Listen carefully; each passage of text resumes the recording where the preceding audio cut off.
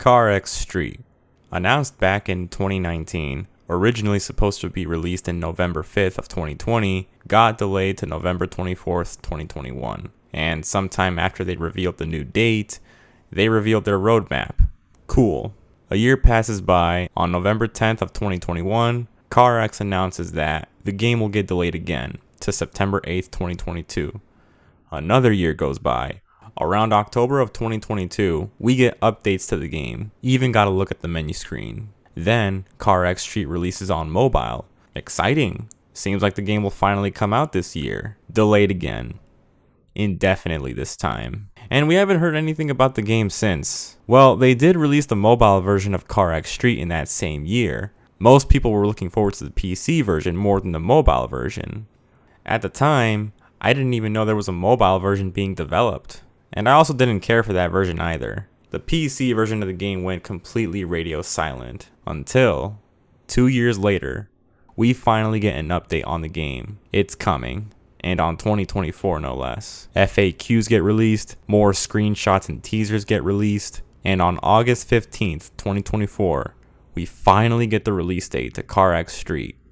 It's coming in just 2 weeks. Finally, after 4+ years, CarX Street is here, and releasing at the price point of $20. So diving into the game, I gotta admit, there's this refreshing feeling I'm getting playing this game. I say that because if you look at the mainstream racing games in the past couple of years, every racing game feels and looks about the same.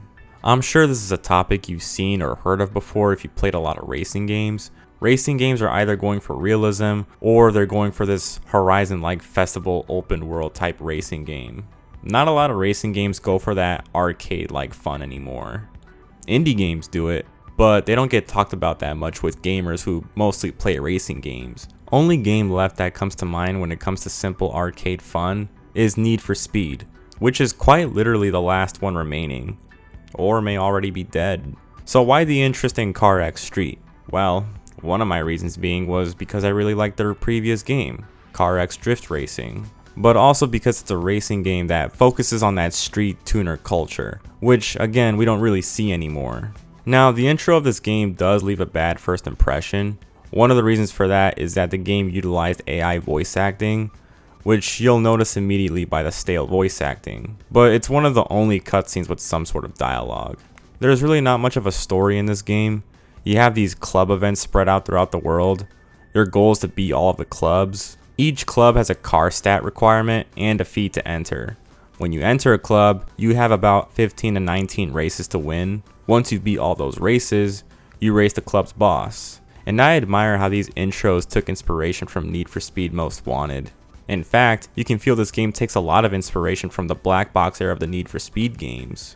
But that's basically your goal throughout the entire game. There's also other activities to do in the game, like time trials and delivery missions. You even have these leaderboard events, where if you participate and make it to the leaderboards, you get these specific rewards. But people have been cheating or hacking their way into these leaderboard rankings. So if you're playing this game legit, yeah, no, just face it, you're not gonna stand a chance. You can also purchase various properties to store your cars. Your cars can be visible in the parking lots, which I think is kind of cool how you can just see them out there in the open. And originally, these properties would be your spawn point every time you launch the game, but eventually they patched it where you just simply spawn exactly where you left off. I think it's interesting that you can buy properties in this game and not in this one. The car customization for this game is almost perfect.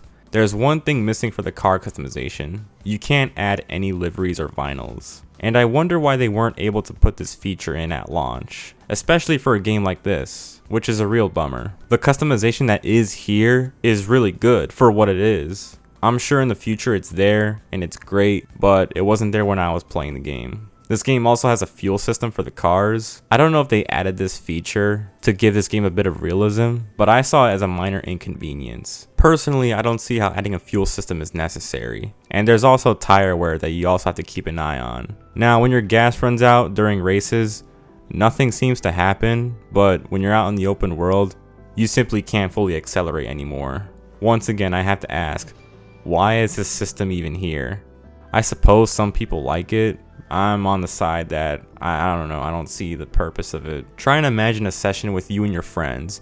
you're drifting around and either one of you has to stop what you're doing because you gotta go get gas. I don't know, maybe make the fuel system an option. The driving for the game is acceptable. It's not trying to be realistic, which I'm totally fine with, but the drift experience at the start of the game was not good. Again, leaving a bad impression on me at the start of the game, and I'm sure for many others. Especially since a lot of the promo had drifting in it, and their previous game was about drifting, and also had really good drift mechanics. And you'd expect those drift mechanics in this game as well, which they are. But you have to tune your car to match the drifting in that game.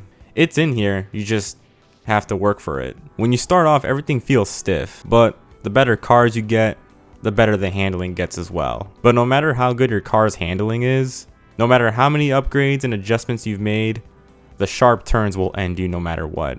If you don't take your time with these turns, it could cost you the entire race. And I'm not the only one who struggles with these turns. I mean, even the AI struggles with them. While I'm talking about the AI, during my playthrough, the AI difficulty and behavior was all over the place. In many races, they would leave me in the dust. Luckily though, they would end up crashing into something on their own will. In fact, in many of my wins, the AI would be responsible for their own loss. Basically what I'm saying is, I got lucky in a lot of my races. As for the boss race difficulty, the boss races were surprisingly easier than the standard club races, especially when they crash on their own most of the time. The boss races were a little underwhelming. Now, AI behavior is something that got patched a lot during my time playing this. Patches for the game got released pretty frequently. I suppose while I'm going over the issues that this game had, and let me tell you, there are many, I want to at least go through some of them. I'm sure many of these issues will be fixed in the future, but these issues were present during my playthrough. Issues like FPS stutters, in-game prices, and slow progression. I'm going to be quick about these three issues, since they may have been fixed as of this going out. FPS stutters happen constantly throughout my entire playthrough. Sadly, it didn't get any better, and it was one of my biggest complaints.